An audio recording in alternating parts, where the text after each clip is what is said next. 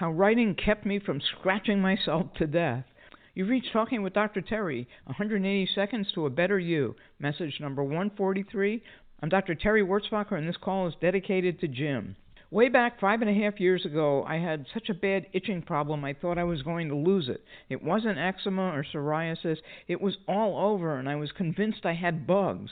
I don't know why, but that's what I was convinced about. It turned out to be a good thing in retrospect. Remember, everything always works out for me. But at the time, I was horrified. I hate bugs, and I couldn't figure out how I possibly could have been exposed to that many. I bet you're itching now, too, a bit, aren't you? Anyway, since I had put in my retirement papers and was working half days to use up my remaining leave, also it was the beginning of the pandemic, I had a lot of time on my hands. So I decided to start decluttering and get rid of 16 years of stuff in the back room. I had tons of memories in that back room, not just from the 16 years, but from my entire life. I might possibly qualify to be on Hoarders, but we won't go down that road. Anyway, I thought I had unleashed some hidden bugs in that room. My poor pest guy was out here more than he was at home looking for this or that. He found nothing. So was it bed bugs? I washed absolutely everything. Once again, that was a good thing I'd ever had and did what you do with bed bugs, whatever that is, all to no avail. I didn't go to a doctor, of course, but if I had, I'm sure no one would have asked what was going on in my life.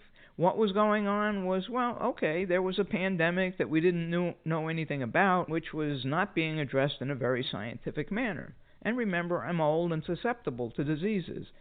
Also, by the way, I was about to end a 46-year career in medicine and service to the government, and do what? Especially in a pandemic. I had worked some in IFS by then, but not very much, so I didn't understand how any of this could possibly be impacting my itching. What else could it be? Since I'd been into neuroplastic pain treatment, also called mind-body treatment, I knew about expressive writing. You can look it up, but basically you just write and write and write. You don't care if it's in sentences or paragraphs or grammatically correct. Spelling doesn't matter. Nothing matters except that you are writing out your emotions. And you never reread it again. It's not journaling. You rip up the pages and throw them out.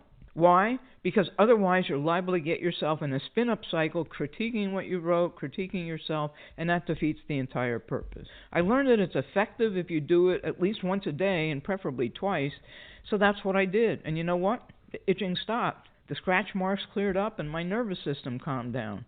Eventually, it got to the point where if my feet itched, I just had to do the writing for a bit, and then I could go back to sleep. I use this when I really get worried about something, and I'm always amazed by the results. Look it up and try it. It really does work.